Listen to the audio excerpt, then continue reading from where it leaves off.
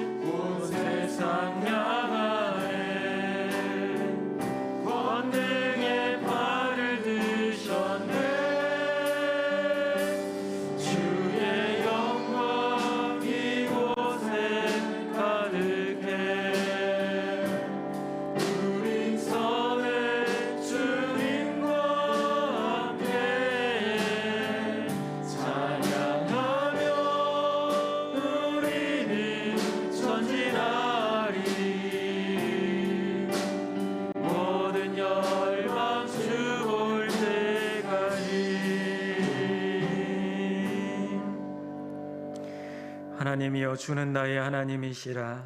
내가 간절히 주를 찾되 물이 없어 마르고 황폐한 땅에서 내 영혼이 주를 갈망하며 내 육체가 주를 앙모하나이다. 주는 나의 도움이 되셨음이라. 내가 주의 날개 그늘에서 즐겁게 부르리이다. 아멘.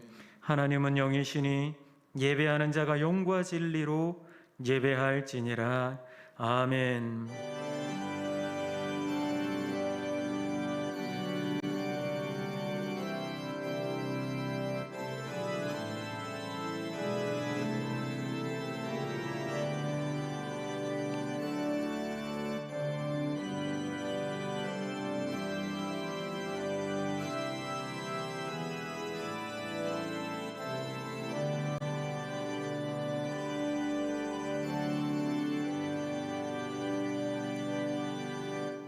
우리의 생명이시며 우리의 소망이 되신 주님, 오늘도 주님 앞에 머리 숙여 예배합니다. 주의 사랑하는 자녀들이 어디에서 어떻게 예배하든지 우리 능력의 하나님께서 친히 그곳에 임재하셔서 우리가 드리는 우리의 예배를 기뻐 받아 주시옵소서.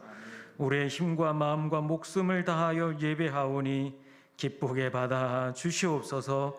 예배를 통하여 우리의 영혼을 소생케 하여 주시옵소서. 예수님의 이름으로 기원하옵나이다. 아멘. 우리의 신앙을 고백합니다. 나의 전하신 아버지 하나님, 천지의 창조주를 믿습니다.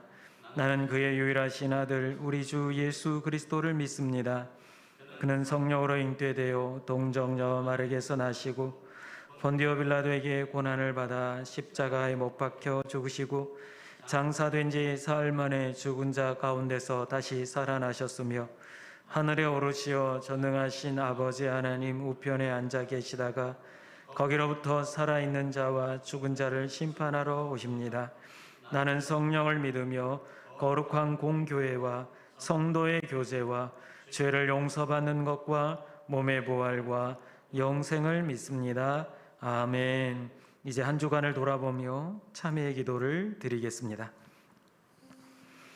은혜가 풍성하신 하나님, 주님을 닮아가기를 간절히 원하시는 아버지, 그 하나님의 마음을 알면서도 우리는 잘 변화되지 않습니다. 말씀으로 가르쳐 주셔도 잠깐 고개를 끄덕일 뿐 다시 원점으로 돌아갈 때가 많습니다.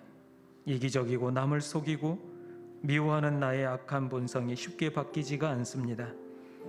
우리는 안달하며 하루에도 수십 번 염려합니다. 어떻게 하면 세상에서 성공하여 큰 소리 칠 수 있을까? 어떻게 하면 다른 사람에게 인정받고 칭찬받을 수 있을까? 보이는 것에 연연하며 살았고 조금이라도 있으면 우쭐거리며 뽐내고 그것도 없으면 풀이 죽어 주저앉곤 했습니다. 하나님의 아들 예수님이 왜 그렇게 참혹한 십자가에 매달릴 만큼 무능해지셨는지 우리는 이해할 수 없었습니다. 하지만 이제 깨닫습니다. 예수님이 약해지심으로 연약한 우리들이 강하게 되었습니다. 예수님이 낮아지심으로 죄인된 우리가 높아졌습니다. 이제 우리의 소망, 우리의 생명이신 주님만을 바라보며 살아갑니다. 세상의 어떤 쾌락도, 어떤 재물도, 어떤 명예와 권력도 우리가 가는 길을 방해하지 못하게 하옵소서. 이제 주님만으로 살아가겠다 결단하오니 이 고백 위에 주님께서 함께하여 주시옵소서. 계속해서 하나님과 나만이 아는 죄를 고백하며 참회의 기도를 드리겠습니다. 아버지 하나님, 우리는 연약하고 부족합니다.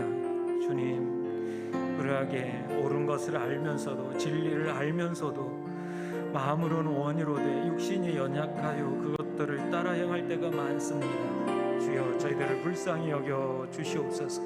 주님, 우리의 연약함을 굳게 세워주시고 아버지 하나님, 연약한 대로 지지 아니하고 끝까지 믿음으로 승리할 수 있도록 우리의 믿음을 굳게 잡아 주시옵소서. 세상 사람들과 다를 바 없이 살아가는 것이 아니라 우리의 인생을 주님께 내어 맡기며 주님께서 기뻐하시는 일들을 하며 세상의 기준을 내려놓고 살아갈 수 있는 저희들 되게 하여 주시옵소서. 우리를 굳게 붙잡아 주시옵소서. 만일 우리가 죄 없다 하면 스스로 속이고 또 진리가 우리 속에 있지 아니할 것이요, 만일 우리가 우리 죄를 자백하면 저는 미쁘시고 의로우사 우리 죄를 사하시며 모든 불의에서 우리를 깨끗게 하실 것이요. 아멘. 이제 자리에 앉으셔서 기쁨으로 하나님을 찬양하겠습니다.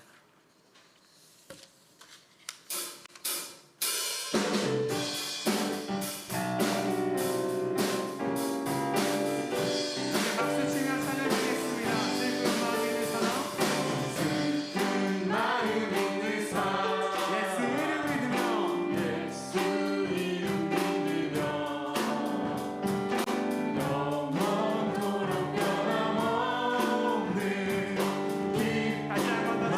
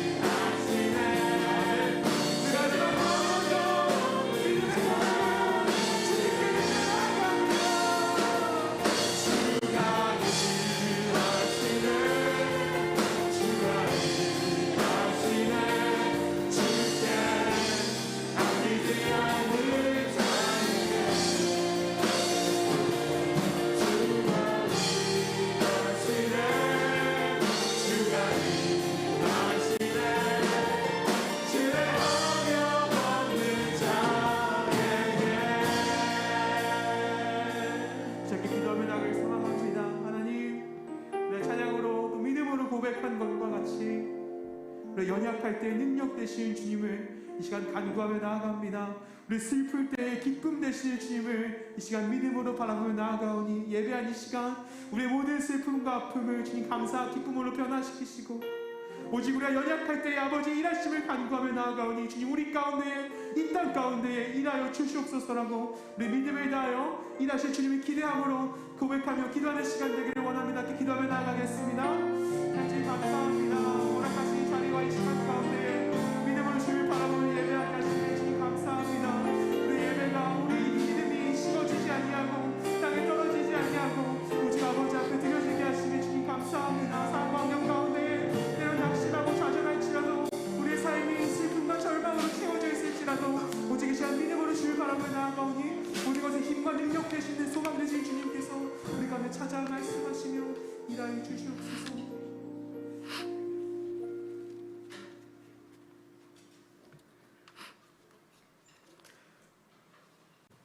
우리를 구원하여 주시고 우리를 이루하여 주시는 우리 주 여호와 하나님께 존귀하심과 찬양과 영광을 드립니다. 우리가 알고 저지른 죄와 모르고 저지르는 죄악들을 회개하오니 우리를 용서하옵소서. 우리는 살면서 주님이 우리에게 명하신 대로 내 이웃을 사랑하고 주님이 본이 되어야 함에도 불구하고 내 자신의 이익된 행동들과 내 자신의 혈기를 참지 못하고 세상 사람들과 다름없는 행동들을 했음을 고백하오니 우리의 죄악됨을 사하여 주시옵소서. 지금 우리는 우리 세대에 한 번도 겪어보지 못한 코로나 팬데믹으로 인해 많은 삶의 변화와 경제적인 어려움과 주님을 마음껏 찬양하며 제대로 예배드리지 못하며 성도들과의 즐거운 교제도 못하는 상황에 있습니다. 코로나 바이러스가 눈에 보이지도 않는 하찮은 존재임에도 우리는 불안감과 공포를 가지는 나약한 존재임을 깨달으며 우리 주님을 의지하며 하루속히 종식되기를 기도드립니다. 또한 코로나 종식을 위해 수고하시는 많은 의료진과 봉사자들에게도 주님의 축복하심을 기도드립니다. 이를 위해 백신 수급이 원활할 수 있도록 정부 관계자들에게도 현명함과 지혜를 주시어서 전 국민이 하루빨리 접종을 마칠 수 있도록 하여 주시옵소서. 목숨을 위하여 무엇을 먹을까, 무엇을 마실까, 몸을 위하여 무엇을 입을까 염려하지 말라라고 예수님은 말씀하셨습니다. 그러나 우리는 미래의 불안함으로 인해 오늘도 걱정하고 내일도 근심하면서 집값이 얼마나 올랐네, 어디 아파트를 사야 하네, 주식에 투자를 해야 하네 등 불안한 미래와 인간의 끝없는 욕심으로 인해 우리의 심령들은 죽어져만 가고 있습니다. 과연 우리 예수님은 어떠하셨을까요? 공중 나는 새와 들의 백합화가 심지도 아니하고 수고하지도 않았는데도 자라남같이 여호와 하나님은 당신의 피조물인 우리들을 지켜주시며 먼저 그 나라와 그 의를 구하고 내일 일을 위하여 염려하지 말라 하셨습니다. 우리의 약한 믿음을 담대하게 하여 주시어서 주님을 굳게 믿고 담대하게 저 천성을 향해 나아가는 성도들이 되기를 원합니다. 하나님 아버지, 믿는 성도들이 고난을 받거나 어려움을 받거나 물질의 축복을 받지 못하거나 주체할 수 없는 슬픔 등을 당하면 사람들은 하나님으로부터 벌을 받았다, 믿음이 약해서 그렇다 등으로 더욱 힘들게 합니다. 하나님 아버지, 주님을 믿는 성도들도 믿지 않는 사람들과 같이 인생의 시련과 아픔을 겪을 수 있습니다. 어두운 먹구름 위에 보여지는 밝은 태양이 더욱더 소중하고 강렬하듯이 고난 후에 깨닫게 되어지는 영적인 믿음의 세계가 우리가 지나온 모든 것이 감사하였고 은혜였음을 깨닫게 하여 주시옵소서. 하나님 아버지, 예수님이 주인이신 우리 평강교회를 위하여 기도드립니다.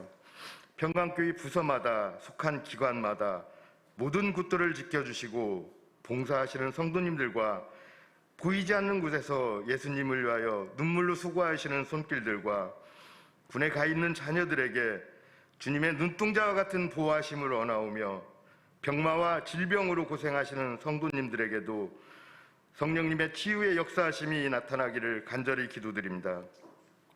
또한 이 시간 영상 예배 등으로 주님을 사모하며 예배드리는 성도님들께도 성령의 역사하심을 원합니다. 이 시간 평강재단의 산 역사이시며 죽도록 충성하며 주님을 섬기신 존경하는 김석한 원로 목사님과 사모님과 자녀들에게도 늘 축복되시고 행복하신 삶이 되시기를 기도드립니다. 또한 열정으로 가득하신 이용철 담임 목사님과 조용히 주님의 사역에 동역하여 주시는 사모님과 자녀들에게도 피곤치 아니하고 성도들로 인해 상처받지 아니하시고 기쁨이 충만하신 목회가 되시길 기도드립니다. 또한 전도사님으로 수고해 주시는 김충성 전도사님과 사모님께도 늘 새로운 비전과 주님의 계획하심대로 이끌어 주시고 모든 것에서 어려움 겪지 않게 하여 주시옵소서. 우리를 위로하시는 우리 주님 예수님의 이름으로 감사하며 기도드립니다. 아멘.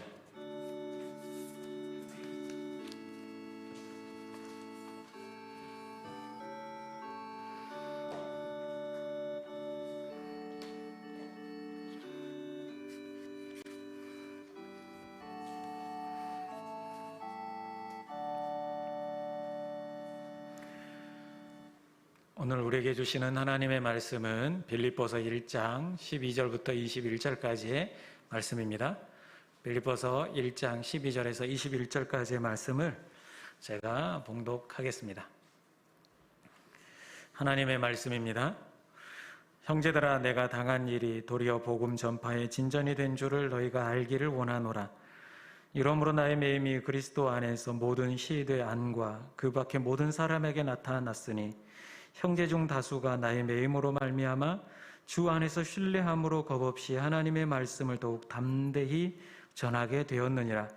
어떤 이들은 투기와 분쟁으로, 어떤 이들은 착한 뜻으로 그리스도를 전파하나니 이들은 내가 복음을 변증하기 위하여 세우심을 받은 줄 알고 사랑으로 하나, 그들은 나의 매임에 괴로움을 더하게 할 줄로 생각하여 순수하지 못하게 다툼으로 그리스도를 전파하느니라.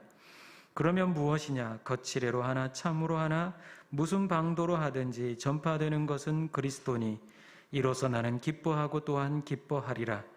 이것이 너희의 간구와 예수 그리스도의 성령의 도우심으로 나를 구원에 이르게 할 줄 아는 고로 나의 간절한 기대와 소망을 따라 아무 일에든지 부끄러워하지 아니하고 지금도 전과 같이 온전히 담대하여 살든지 죽든지 내 몸에서 그리스도가 존귀하게 되려 하나니 이는 내게 사는 것이 그리스도니 죽는 것도 유익함이라. 아멘. 이 시간 특송이 있겠습니다.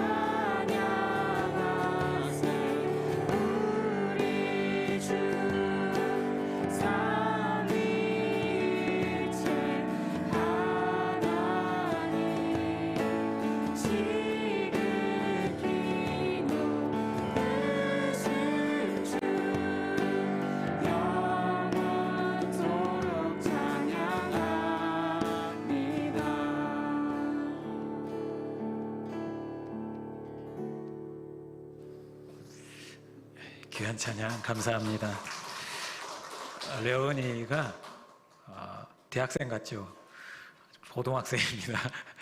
마스크를 쓰고도 어떻게 저렇게 찬양을 잘하는지 참 감사합니다. 기도 많이 해주시기를 부탁을 드립니다. 자, 여름하면 여러분들 생각나는 게 무엇입니까? 뜨거운 열정 아니겠습니까? 그래서 오늘은 특별히 열정의 사람에 대해서 함께 나누려고 합니다. 우리 옆 사람과 이렇게 인사하십시다. 은혜의 자리에 잘 오셨습니다. 이렇게 보니까 일부 때 9시 예배 때는 다 뒤쪽에 앉으셨더라고요. 그런데 11시 예배니까 다 앞에 와 앉으시니까 훨씬 보기가 좋고 왠지 나를 많이 좋아한 것 같은 약간 그런 기분 좋은 그런 예배가 될 것 같습니다. 자, 여러분들은 최근에 가슴 벅차고 막 가슴 뜨거워지고 막 심장박동이 심하게 요동치는 것을 경험해 본 적이 있습니까? 제가 오늘 아침 일찍 일어나서 어젯밤에 있었던 경기들이 몇 가지 있었잖아요. 축구는 망했고요. 그렇죠? 그렇게 많이 골을 많이 그 다음에 또 있었던 게 뭐였죠? 야구도 졌고요. 배구를 이겼더라고요. 그래서 제가 보니까 배구 하이라이트 마지막 세트 끝에 부분만 봤거든요.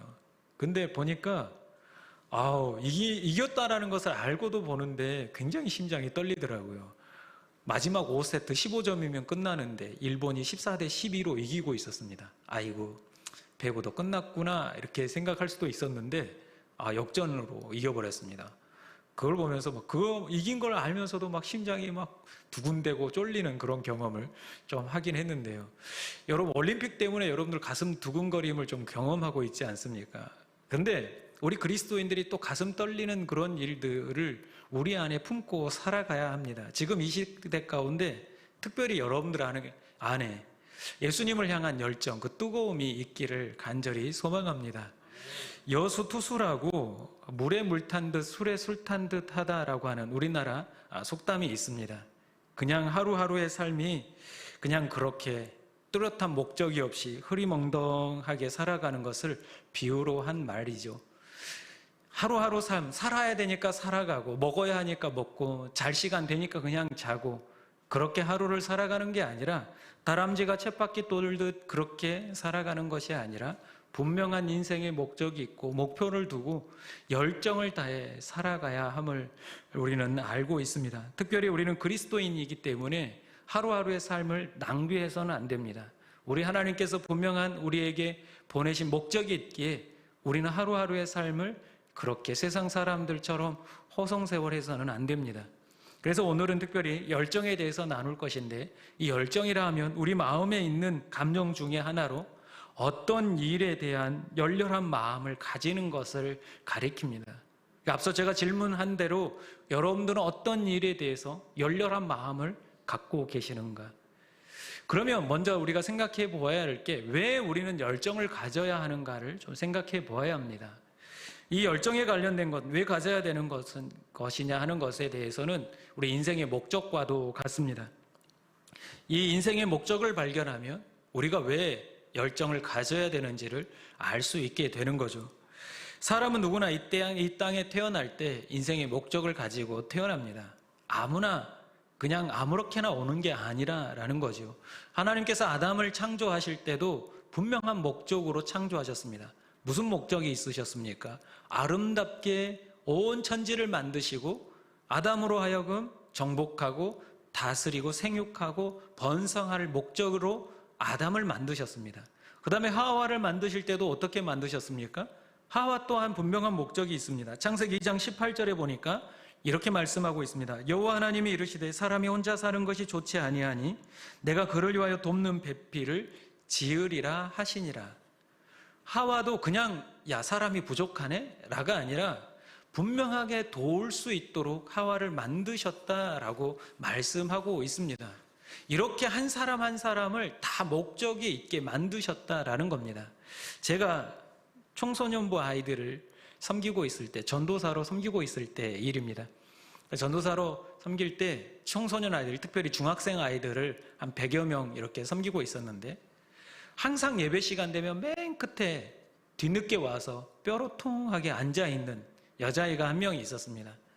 그리고 언제 갔는지도 모르게 사라져버리는 그런 아이인데 여름 수련회를 마치고 돌아와서 그 주일날 예배를 드리는데 그 아이가 여기 앞에서 여운이처럼 이렇게 찬양을 너무나 열심히 싱어로 섬기고 있는 것입니다. 그래서 내가 이 아이를 잘못 봤나? 무슨 일이 있었길래 이 아이가 이 찬양팀의 싱어로 섬기고 있나? 궁금해서 예배가 끝나고 이 아이를 불렀습니다. 조용히 물어보았습니다. 어떻게 해서 너 찬양대 싱어로 서게 됐느냐? 라고 물었습니다. 그러자 이 아이가 어렵게 말을 꺼내기 시작합니다. 전사님, 저는 사실 이번 수련회 전까지 죽음을 결심하고 있었습니다. 왜 그러냐 그랬더니 엄마 아빠는 자기가 초등학교 때부터 매번 싸우셨다는 거예요. 그래서 엄마는 집을 나가셨고 집을 나간 이후로 한 번도 자기를 만난 적도 없고 연락이 온 적도 없고 언니가 한 명이 있는데 고등학교 언니가 있는데 가출한 지 오래고 아버지는 매일과 같이 술에 취해서 들어오시고 나는 왜 태어났을까? 그런 환경 속에서 나는 왜 태어났을까? 엄마 아빠는 왜 나를 낳았을까? 이렇게 고민에 빠지면서 죽을 수밖에 없다. 나는 태어나지 말았어야 했다라는 생각을 하며 죽어야겠다라는 생각도 여러 번 했다라고 합니다. 근데 그런 마음이 사무칠 때 친구가 야 이번에 수련회 같이 가자. 아 나는 안 가고 싶어 라고 했는데 너 안 가면 나도 못 가. 못 가면 우리 엄마한테 혼나. 그래서 그 친구를 따라서 그래 가자 하고 2박 3일을 떠났습니다. 근데 이튿날 저녁 집회의 말씀이 이사야 43장 1절의 말씀이었습니다. 1절의 말씀이 뭐냐면 야곱아 너를 창조하신 여호와께서 너를 지금 말씀하시느니라 이스라엘은 너를 지으신 이가 말씀하시느니라 너는 두려워하지 말라 내가 너를 구속하였고 내가 너를 지명하여 불렀나니 너는 내 것이니라. 이 말씀을 가지고 설교를 했습니다. 근데 이 친구가 이 말씀이 자기 마음에 와서 꽂혔습니다. 그러면서 기도하기 시작합니다. 하나님, 나를 정말 부르셨습니까? 그렇게 기도하는데 주님께서 자기 마음에 내가 너를 지명하여 불렀다라는 마음을 심어주셨습니다. 그래서 이 아이가 펑펑 울면서 엄마 아빠가 다 나를 아무런 관심도 없는데 어머니는 심지어 떠나가기까지 하셨는데 하나님께서 나를 사랑하신다. 이 마음 하나로 가슴이 뜨기 시작했다라는 겁니다. 그래서 나는 이제 하나님께서 부르셨으니까 하나님을 위해 살겠다라는 결단을 했는데 어떻게 살아야 할지 몰랐습니다. 그래서 집에 와서 이 친구가 43장의 말씀을 읽기 시작합니다. 읽는데 이사야 43장 21절에 가보니까 이렇게 기록되어 있습니다. 이 백성은 내가 나를 위하여 지었나니 나를 찬송하게 하려 함이니라. 이 친구가 이 말씀을 읽고 그래 내가 할 수 있는 거 찬양을 해야겠다라는 마음이 들어서 그날 선생님에게 전화를 해서 저도 찬양팀 싱어로 세워주세요라고 먼저 요청했다라고 합니다. 항상 예배 시간에 뒤늦게 와서 뒤에 앉아서 뾰루퉁하게 앉아있던 그 아이가 자기 인생의 목적을 발견하니까 어떻게 변했습니까? 이 앞자리에 서서 부끄러워하지 않고 하나님을 찬양하는 아이로 바뀌었습니다. 인생의 목적은 이와 같이 우리 안에 열정을 심어주게 됩니다. 여러분들에게는 어떠한 목적으로 하나님께서 보내셨는지 발견하셨습니까? 그 목적을 발견하면 여러분 심장이 다시 뛰기 시작하고 여러분들의 삶의 목적이 분명해질 줄로 믿습니다. 우리가 잘 알고 있듯이 우리나라 최초 목사 안수를 받은 7명이 계십니다. 7분 중에 한 분이 바로 이기풍 목사님인데 이 이기풍 목사님은 평양에서 깡패 생활을 했습니다. 인생에 뚜렷한 목적이 없이 깡패로 살아왔던 거죠. 특별히 서양 사람들을 보면 이 사람들은 우리나라를 삼키려고 하는 나쁜 계략을 가지고 있다라고 여겨서 더 배척을 했습니다. 복음을 전하는 그때 당시에 마펫 선교사님, 이 마펫 선교사님의 턱을 돌로 부셔버릴 정도로 굉장히 배척했습니다. 뿐만 아니라 1894년에 평양에 성전을 짓기 시작했습니다. 마펫 선교사와 우리 그리스도인들이 성전을 지을 때 깡패들을 동원해서 그 성전을 다 허물어 버렸습니다. 이 정도로 굉장히 인생에 있어서 특별한 목적 없이 살아가는 그런 깡패였는데 그가 그럼에도 불구하고 자기 자신에 대해서 따뜻하게 대해주는 그 마펫 선교사와 그리스도인들을 보고 감동을 받았습니다. 그래서 마펫 선교사에게 가서 사죄하고 자기도 회개하고 예수를 믿겠다라고 하며 세례까지 받았습니다. 그리고 나니까 내가 어떻게 살아야 할까를 고민한 끝에 신학교로 들어가게 됩니다. 신학교 들어가고 졸업하고 안수를 받습니다. 안수를 받을 때 당시에 제주도는 아주 불모지였습니다. 그래서 누가 그 제주도로 가겠느냐라고 물었을 때 이기풍 선교사가 가겠다라고. 그래서 우리는 이기풍 목사님을 선교사라고도 부릅니다. 그 땅에 가서, 제주 땅에 가서 복음을 전합니다. 영적인 불모지임에도 불구하고 열심히 복음을 전하죠. 그러다 일제강점기가 오게 되고 신사참배를 반대함으로 순천 형무소에 갇히게 됩니다. 거기서 온갖 고문을 당하다가 광주 형무소로 이송하는 가운데 순교하게 됩니다. 무엇이 이기풍 목사님을 이와 같이 바꾸어 주었습니까? 인생의 목적을 발견하게 되자 그 안에서 열정이 불타오르고 주님을 위해서 순교하기까지 이와 같이 그 길을 가게 되었습니다. 분명하건대 여러분 삶 가운데도 우리 하나님께서 이 땅에 보내신 분명한 목적이 있는 줄로 믿습니다. 그 목적을 발견한 사람은 이와 같이 열정에 불타오르게 되고 그것을 위해 살아가게 되는 믿음의 사람들이 되는 줄로 믿습니다. 우리 하나님께서 여러분들을 보내신 목적을 발견하고 그 목적에 순응하며 그 목적을 이루기 위해 여러분 열정을 다하는 여러분들 되시기를 간절히 축원합니다. 그래서 마태복음 16장 24절에도 예수님께서 우리에게 말씀하십니다. 예수께서 제자들에게 이르시되 누구든지 나를 따라오려거든 자기를 부인하고 자기 십자가를 지고 나를 따를 것이니라 말씀합니다. 분명하게 우리에게도 주어진 십자가가 있습니다. 여러분들에게도 여러분들에게 맡겨진 십자가가 있습니다. 그 십자가가 무엇인지를 발견하게 되고 발견하게 됐을 때 다시 한번 열정이 불타오르게 되며 그 열정으로 나아갈 수 있는 여러분들 되시기를 간절히 소망합니다. 두 번째는 어떤 열정을 가졌는가입니다. 이건 우리 인생의 목표라고 할 수 있습니다. 그러면 목적을 발견하면 분명한 목표를 세우고 우리는 전진해 가야 합니다. 오늘 본문에도 사도 바울은 18절에 이렇게 말합니다. 그러면 무엇이냐? 거칠어로 하나 참으로 하나 무슨 방도로 하든지 전파되는 것은 그리스도니 이로써 나는 기뻐하고 또한 기뻐하리라. 그가 기뻐하는 목표를 세웠습니다. 다른 게 아니라 어떻게든 예수 그리스도가 전파되면 나는 기쁘다라고 하는 자기 삶의 구체적인 목표를 세워가기 시작합니다. 그래서 빌립보서 4장 22절에는 이렇게 말합니다. 나는 비천에 처할 줄도 알고 풍부에 처할 줄도 알아. 모든 일 곧 배부름과 배고픔과 풍부와 궁핍에도 처할 줄 아는 일체의 비결을 배웠노라 라고 고백합니다. 나는 주님께서 맡기신 그 목적을 이루기 위해 이와 같이 목표를 세웠습니다. 모든 내 삶에 부어에 처할 줄도 알고 가난하게 처할 줄도 아는 그런 일체의 비결을 배웠다. 고린도전서 9장 19절에도 이렇게 말합니다. 내가 모든 사람에게 자유로우나 스스로 모든 사람에게 종이 된 것은 더 많은 사람을 얻고자 함이라. 사도 바울은 가문으로도 그렇고 학식으로도 그렇고 결코 종으로 살 사람이 아닙니다. 그런데 복음을 위해서 자기에게 맡겨주신 그 목적, 복음 전파라고 하는 그 목적이 주어지자 이와 같이 내 목표는 종으로 살아가는 것입니다 라고 자기를 종이라고 스스로 말하고 있습니다.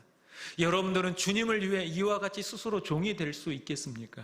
사도 바울은 종이 될 뿐만 아니라 고린도전서 9장 22절에도 약한 자들에게는 내가 약한 자들과 같이 된 것은 약한 자들을 얻고자 하며 내가 여러 사람에게 여러 모습이 된 것은 아무쪼록 몇 사람이라도 구원을 얻고자 합니다 라고 고백하고 있습니다.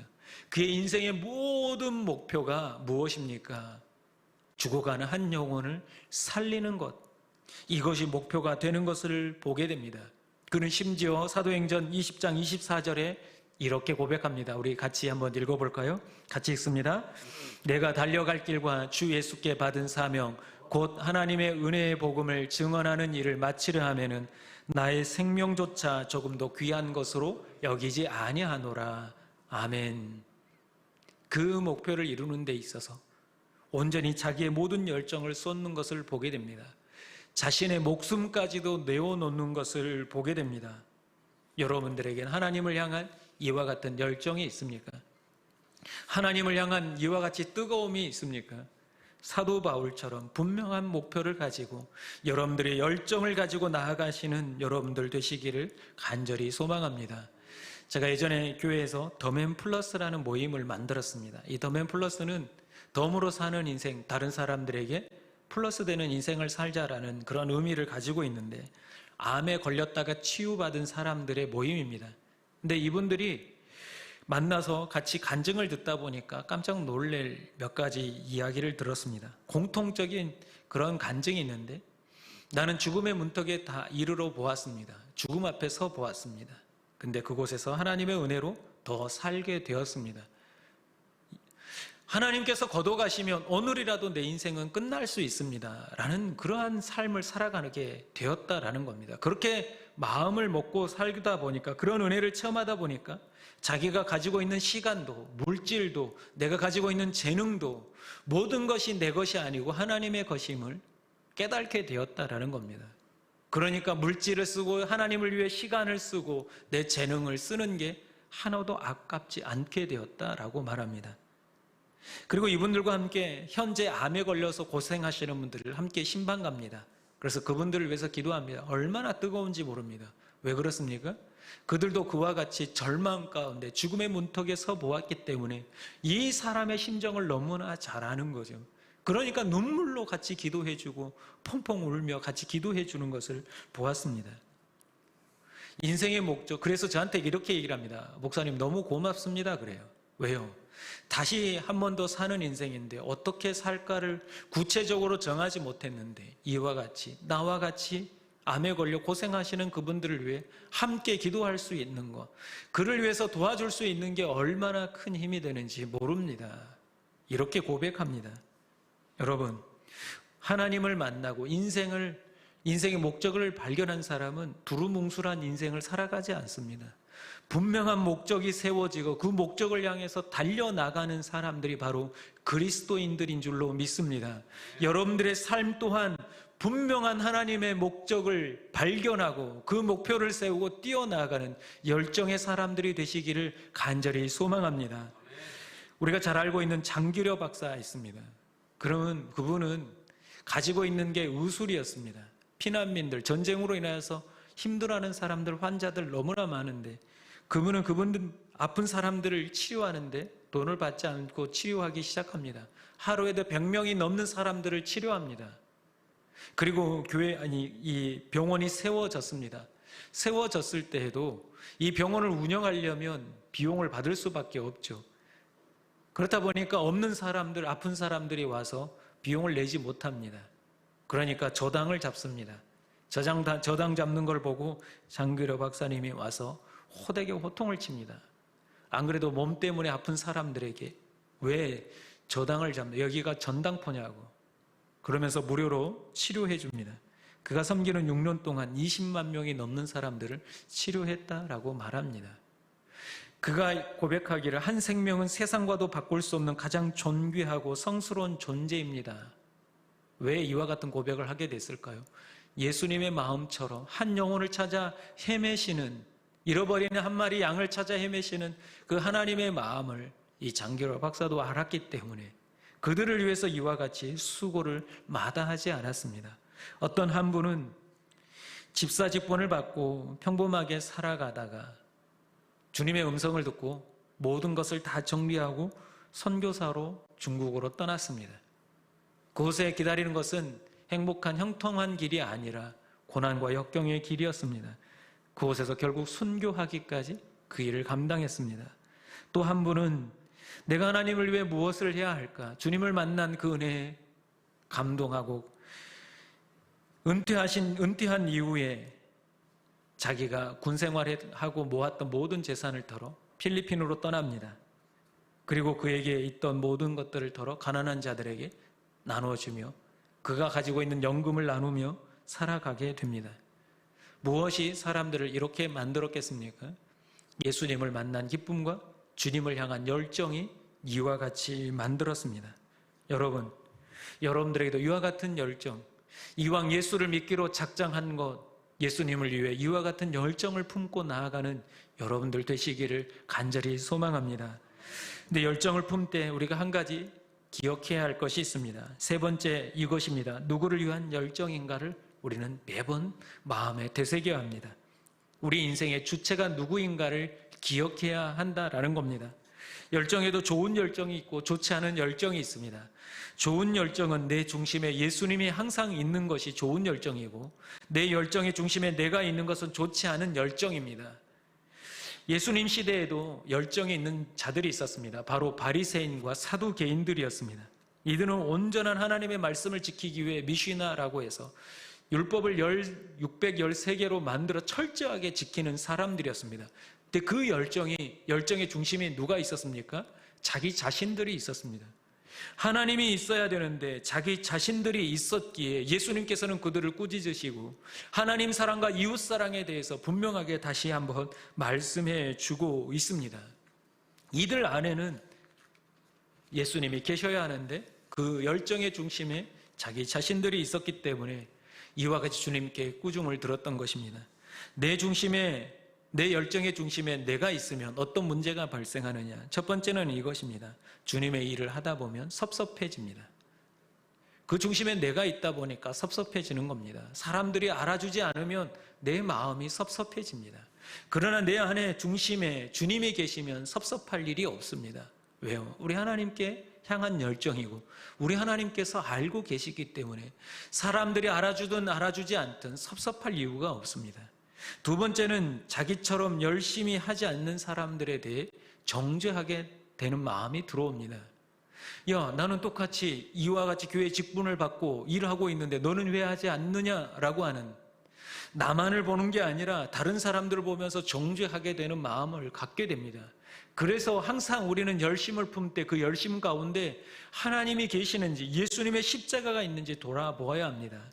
또 내 안에 내 그 열심 안에 내 자신이 자리하고 있으면 하나님의 영광을 내가 차지하려고 합니다.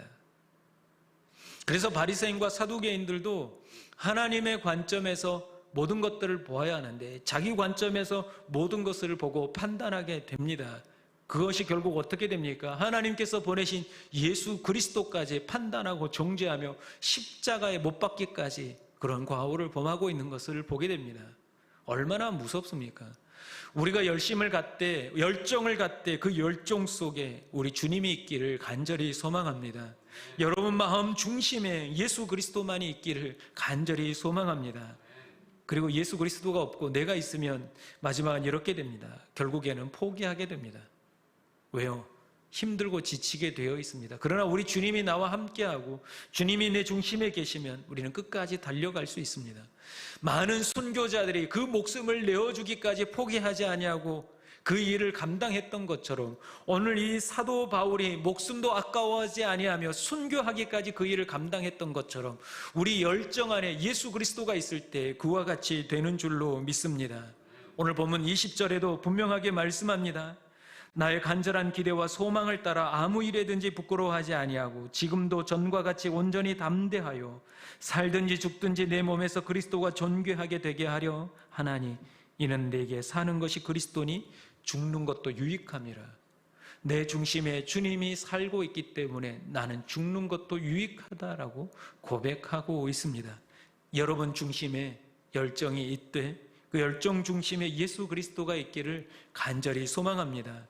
그래서 사도 바울은 그 엄청난 전도자의 사명을 감당하면서도 그의 마지막 인생의 노년에서는 이렇게 고백합니다. 고린도전서 15장 10절에 보면 함께 읽어보겠습니다. 고린도전서 15장 10절에 읽습니다. 같이 읽습니다. 그러나 내가 나 된 것은 하나님의 은혜로 된 것이니 내게 주신 그의 은혜가 헛되지 아니하여 내가 모든 사도보다 더 많이 수고하였으나 내가 한 것이 아니오 오직 나와 함께 하신 하나님의 은혜로라. 엄청난 수고와 고생을 했음에도 불구하고 엄청난 열매를 맺었음에도 불구하고 많은 교회를 세웠음에도 불구하고 내가 한 것이 아니라 오직 하나님의 은혜라라고 고백하고 있습니다. 여러분들도 하나님을 향해 달려나아가시되 열정을 품고 달려나아가시되 오로지 하나님의 은혜로다라고 하는 이 사도 바울처럼 모든 영광을 하나님께 돌릴 수 있는 여러분들 되시기를 간절히 소망합니다. 갈라디아서 6장 17절에 사도 바울이 이렇게 고백합니다. 이후로는 누구든지 나를 괴롭게 하지 말라. 내가 내 몸엔 예수의 흔적을 지니고 있노라. 이렇게 말합니다. 예수의 흔적, 이 흔적은 시티그마라고 해서 찔린 자국, 찌르다라는 뜻. 그러니까 스티조의 원어에서 온 것입니다. 잘린 자국이란 의미를 가지고 있는데 사도 바울이 복음을 전하면서 그 몸에 생긴 상처들, 흔적들을 말합니다. 고린도후서 11장에 가보면 사도 바울의 전도하면서 받았던 고생담이 나오고 있습니다. 그 고생담 중에는 태장 41대 가만 매를 5번 맞았다라고 말합니다. 40대에 1대 가만 매, 39대를 5번 맞았다. 이게 무엇을 의미하냐면 거의 사형과 같습니다. 39대까지 때릴 때 죽도록 치는 겁니다. 그래서 39대 맞을 동안에 죽으면 벌을 내린 사람이나 때린 사람이나 죄가 없습니다. 그 정도로 가혹한 형벌입니다. 싱가포르에 가면 태형이 있다라고 하죠. 그 태형은 기계가 때리는데 예전에 사람이 때렸다라고 하더라고요. 기계가 때리는데 3대 맞으면 보통 성인들은 기절한다라고 합니다. 얼마나 아픈지 기절하게 된다라는 거죠. 근데 사도 바울은 그것을 5대 맞았다라고 말합니다. 태형도 여러 번 맞았고 또 돌에 1번 맞았다라고 말합니다. 루스드라 성에서 돌에 맞습니다. 그래서 사람들이 돌에 맞은 바울이 죽은 줄 알고 그를 갖다 버렸다라고 말합니다. 이와 같이 엄청난 복음을 위해서 고생을 다 했습니다. 이런 흔적을 가졌는데 오늘 여기에 말씀에 나를 괴롭게 하지 말라라고 말합니다. 사도 바울을 괴롭게 하는 게 무엇이었을까요? 다른 게 아니라 그들이 믿음에서 떨어져 나가는 것. 그들이 신앙을 저버리는 게 사도 바울에겐 너무나 괴로운 일이었기 때문에 나를 괴롭게 하지 말라. 내가 어떻게 복음을 전했는데 너희들이 이 복음에서 떠나가려고 하느냐라고 얘기를 하고 있는 것입니다. 여러분 주님 앞에 섰을 때 우리 주님이 잘했다 칭찬할 수 있는 그런 열정을 품고 이 세상을 살아갈 수 있기를 간절히 소망합니다. 세상을 뭐라고 하든지 세상에 하나님이 있느냐라고 묻든지 또 여러분 스스로들도 하나님이 어디 계십니까? 라고 생각이 들든지 어떤 상황에 있든지 간에 우리 하나님 분명히 살아계시고 역사하고 계시는 줄로 믿습니다. 이왕 예수 믿기로 작정한 여러분들, 예수님을 위해 살겠다, 예수님을 위해 이 열정을 불태우겠다라고 하는 열정의 사람으로 살아가시기를 간절히 소망합니다. 정말 인생을 다 살고 난 이후에 정말 내 열정을 주님께 내어놓기를 잘했다, 그러한 고백이 여러분들의 고백이 되기를 간절히 축원합니다. 기도하십시다. 이 시간 기도할 때 하나님, 우리는 어리석어서 믿음이 부족해서 세상에 한 발, 주님께 한 발, 이렇게 미지근한 신앙으로 살아왔습니다. 우리 주님께서도 분명히 미지근한 신앙은 토하여 내치리라라고 말씀하셨는데 정말 세상은 믿음 생활하기 힘들고 어려운 시대 가운데 있을지라도 우리의 믿음을 결단하고 주님만을 위해 우리가 열정을 다 불태우겠다라고 하는 그 결단으로 살아가게 해달라고, 한번 사는 인생 주님을 위해 살아가는 복된 인생 되게 해달라고 이 시간 결단의 기도를 우리 하나님께 드리도록 하겠습니다. 기도합니다. 아버지 하나님, 우리는 연약하고 부족합니다. 아버지 하나님, 믿음이 없어 이 세상의 삶이 전부인 것처럼 착각하며 아버지 하나님, 그렇게 이 땅을 위해 아등바등 살아갈 때가 많습니다. 분명하건대 주님 앞에 섰을 때 우리는 명확하게 알게 될 것입니다. 주님을 위해 사는 것이 얼마나 복된 일인지, 주님을 위해 십자가를 지는 게 얼마나 복된 일인지 우리는 분명히 알게 될 것입니다. 그때 후회하는 인생 되지 않도록 아버지 하나님, 한 번 사는 인생 주님을 위해 그렇게 열정을 불태우는 복된 인생들 되게 하여 주시옵소서.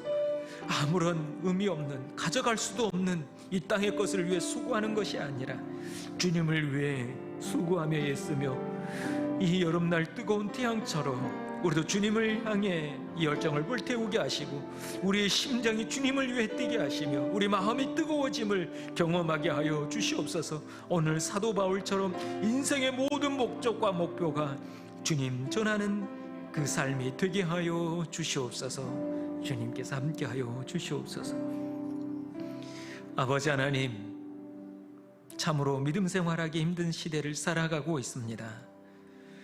그러나 분명한 것은 우리에게도 때가 올 것이고 그때가 되었을 때 우리 하나님 앞에 서게 되며 하나님 앞에 섰을 때 우리는 분명히 알게 될 줄로 믿습니다. 한번 사는 인생 주님을 위해 살겠다. 모든 열정을 주님을 위해 불태우겠다라고 하는 그 결단으로 살아가게 하시고 그 주님 앞에 섰을 때 잘했다 칭찬받는 저희들의 인생이 되게 하여 주시옵소서. 잠시 있을 이 땅을 위해 살아가는 것이 아니라 영원한 하나님 나라를 바라보며 믿음으로 지금을 살게 하여 주시옵소서. 주님께서 우리 열정 위에 성령이 함께 하셔서 이 열정이 열정으로만 끝나버리는 것이 아니라 삶 가운데 그대로 실천할 수 있도록 우리에게 힘과 용기와 지혜를 더하여 주시옵소서. 예수님의 이름으로 기도합니다. 아멘. 이 시간 봉헌하는 시간 갖겠습니다. 여호와께서 자기 백성에게 힘을 주시며 여호와께서 자기 백성에게 평강의 복을 주시리로다. 아멘. 시간 준비하신 예물을 우리 하나님께 드리도록 하겠습니다.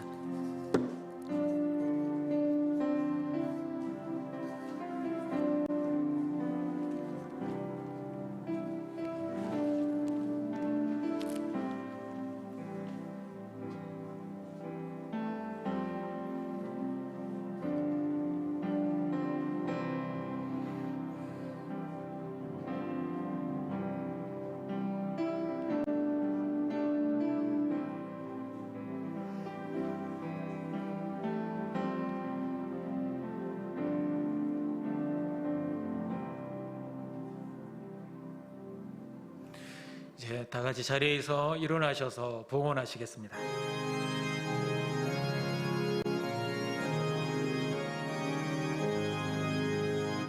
진리와 생명 되신 주 이 몸을 바치옵니다.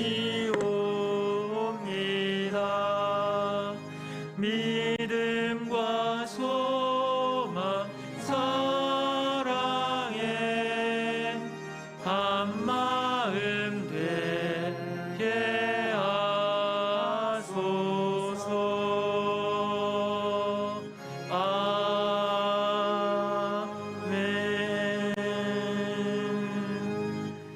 은혜와 자비의 하나님, 귀하고 복된 날 주님께 예배 드릴 수 있게 하여 주시니 감사합니다. 또한 주님 앞에 이렇게 찬양하며 경배하며 말씀으로 우리를 새롭게 하여 주시니 감사합니다. 모든 것이 감사뿐임을 고백하며 베푸신 은혜를 기억하고 우리의 몸과 마음을 담아 이 예물을 드리오니 기쁘게 받아 주시옵소서. 또한 여러 가지 감사의 제목과 특별한 목적을 가지고 주님 앞에 드리오니 이 물질이 쓰여지는 곳마다 하나님의 놀라운 역사와 오병이어와 같은 기적이 일어나게 하여 주시옵소서. 작지만 주님께 그 마음을 다해 드리는 손길들이 있습니다. 과부가 낸 두 렙돈을 크게 보신 주님, 그 드리는 손길에 복을 더하여 주셔서 삶에 넘치도록 채워 주시옵소서.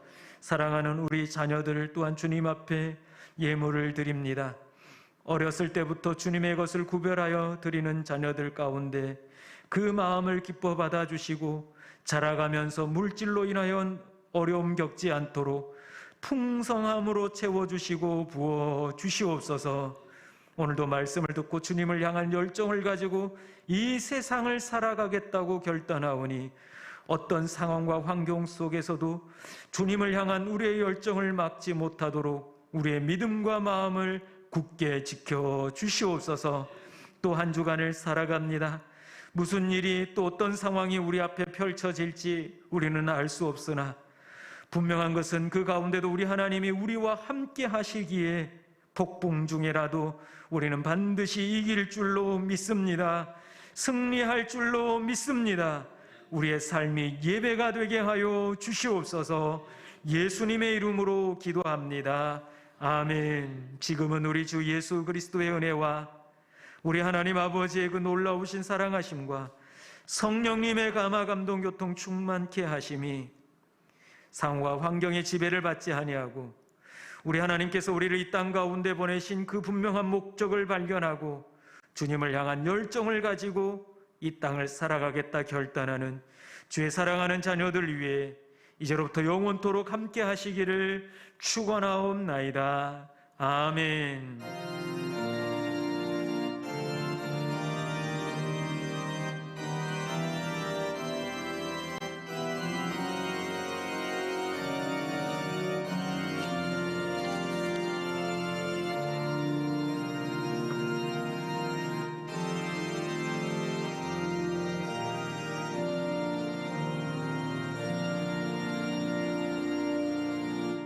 자리에 앉으시면 교회 소식을 전하도록 하겠습니다. 저희가 지금 방침에 따라서 방역 방침에 따라서 19명 이상 예배를 함께 할 수가 없습니다. 그래서 1부와 2부로 나눠서 드리고 있습니다. 1부 때도 함께 예배를 참여하셨고 동참하셨습니다. 가정에서 드리는 우리 성도 여러분 예배 드릴 때도 항상 사모하는 마음으로 함께 예배에 참여해 주시기를 부탁을 드립니다. 그리고 이제 새벽 예배와 수요 예배는 실시간 온라인과 또 현장에서 함께 지금 하고 있습니다. 내일은 특별히 월삭 새벽 기도회로 드려집니다.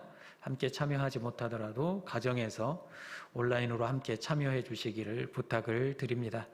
그리고 작은 소모임은 당분간은 모이지 않고 꼭 필요한 경우에는 서면으로나 온라인으로 함께 해 주시기를 부탁을 드립니다. 날씨가 많이 덥습니다. 건강 상하지 않도록 유의해 주시고 또 셀은 방학했지만 셀원들 또 상황들을 잘 살펴주시고 또 무슨 일이 생기고 하면 신방할 수 있도록 저에게도 알려주시기를 부탁을 드리겠습니다. 이제 다 자리에서 일어나시겠습니다. 옆 사람과 함께 이렇게 인사하겠습니다. 주님을 향한 열정을 품읍시다. 또 한 번 더 인사합시다. 한 번 사는 인생 주님을 위해 삽시다. 마지막으로 인사하십시다. 한 주간도 믿음으로 승리합시다. 네, 우리 마지막 찬양 부르시고 자유롭게 돌아가시겠습니다. 이 세상을 살아가는 동안에 나의 힘을 의지할 수 없으니 기도하고 낙심하지 말 것을 주께서 참 소망이 되심이라. 하나님의 꿈이 나의 비전이 되고 예수님의 성품이 나의 인격이 되고 성령님의 권능이 나의 능력이 되길 바라고 기도합니다. 주의 길을 걸어가는 동안에 세상